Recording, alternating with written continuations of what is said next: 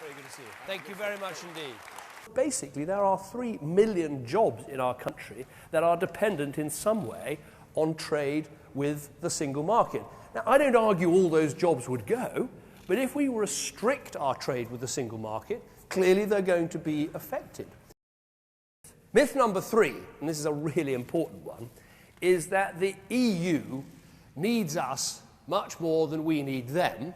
So were we to leave, they would give us an absolutely tremendous trade deal or access deal. I wish this was the case, but it absolutely isn't the case, and the figures are very clear. 44% of what we export goes to the European Union. 8% of what the European exports goes to us. So you don't have to be a genius in negotiation to know that the process of negotiating, wanting to leave the EU and then get a good access deal back again, we would need them to agree much more than they would need us to agree. The United States actually sells less to the rest of the European Union than we do. Quite important fact that, given they are, the biggest, most powerful economy in the world. But more to the point, they face 7,000 different tariff lines on goods and services that they sell. Many services they can't sell at all. American Airlines can fly into a European country, but they can't fly between European countries. So think what that would do for EasyJet or for Ryanair.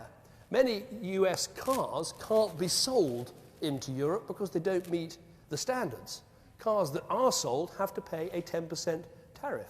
You'd pay 12% on your clothes, you pay 17% on your shoes. You'd have a quota for beef that you share with a number of other countries. So if they sell more, you suddenly have to pay massive tariffs. So this idea that there's a World Trade Organization status for Britain trading with the European Union that is freely available and good for us is a complete myth. It would be hugely damaging to our economy. But nonetheless, that is where the Leave campaign currently are.